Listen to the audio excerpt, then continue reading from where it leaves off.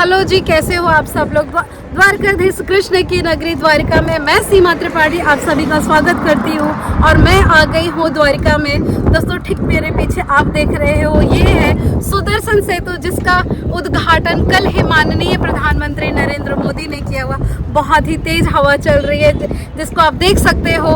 और मैं अभी खड़ी हूँ सुदर्शन सेतु पे, और द्वारका के जो लोग हैं उनका जो ये था इंतज़ार था, वो इंतज़ार ख़त्म हुआ। क्योंकि पहले उन्हें द्वारकाधीश आने के लिए, बेट द्वारका आने के लिए उन्हें बोट के थ्रू आना पड़ता था। वो एक बहुत लॉन्ग प्रोसेस होता था। बहुत सारे ऐसे टूरिस्ट होते थे जो कि द्वारका पहुंचने के बाद भी द्वारकाधीश का वो दर्शन नहीं कर पाते थे, क्योंकि बेट द्वारका आने में उन्हें बहुत टाइम लगता था। और उस टाइम को देखते हुए वो द्वारकाधीश आने के बाद भी, बेट द्वारका आने के बाद भी द्वारकाधीश का दर्शन नहीं कर पाते थे। So thank you so much to our government. दोस्तों, ये देखो, यह एक बहुत ही अविश्वसनीय और हमारे इंजीनियर्स का एक कमाल का अद्भुत एक एग्जाम्पल है।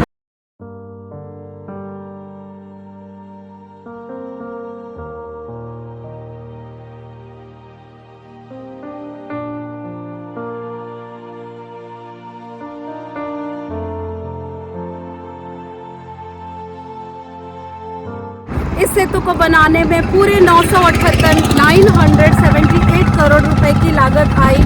और ये हमारे इंफ्रास्ट्रक्चर का, मतलब हमारे इंजीनियरिंग का, हमारे देश के ये का एक अद्भुत ही उदाहरण है। और 2.3 किलोमीटर का जो ये पुल है, ये ओरछा को भेट द्वारका से जोड़ता है। और द्वारका के जो लोग हैं उनका बहुत ये बड़ा लंबा इंतज़ार ख़त्म हुआ।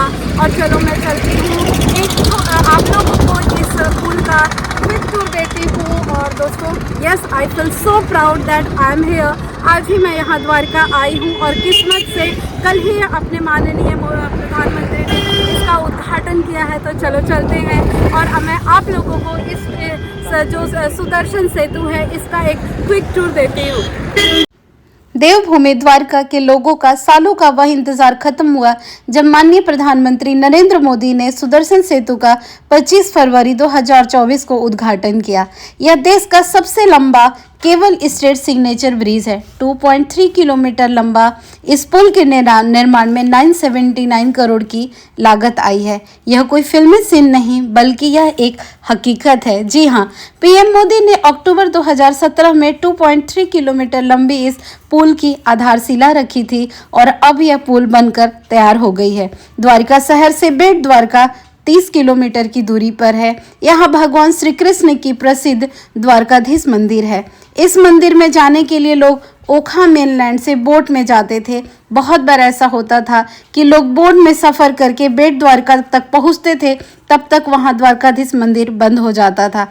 मंदिर का जो टाइम है वो दोपहर 1 बजे तक ही रहता है और वापस ये शाम 4 बजे फिर से ओपन हो जाता है। बोट से आने के कारण लोगों का पूरा दिन निकल जाता था। इस कारण द्वारका के लोग, और अब इस कारण द्वारिका और पूरे देश के लोग रोड मार्ग से बहुत ही आसानी से बेट द्वारका जा करके द्वारकाधीश मंदिर के दर्शन कर पाएंगे। यह तस्वीर है देश के इंफ्रास्ट्रक्चर और इंजीनियरिंग का एक पावरफुल डेवलपमेंट का। इस सेतु पर गाड़ियों के आवाजाहन के लिए 4 लेन है। दोनों तरफ पैदल यात्रियों के लिए 2.5 मीटर का कॉरिडोर है। कॉरिडोर की शिला पर गीता ज्ञान की नक्काशी बनी हुई है। फुटपाथ की छत पर 1 मेगावाट की बिजली का सोलर पैनल लगा हुआ है, जिससे रात में लाइटिंग होती है।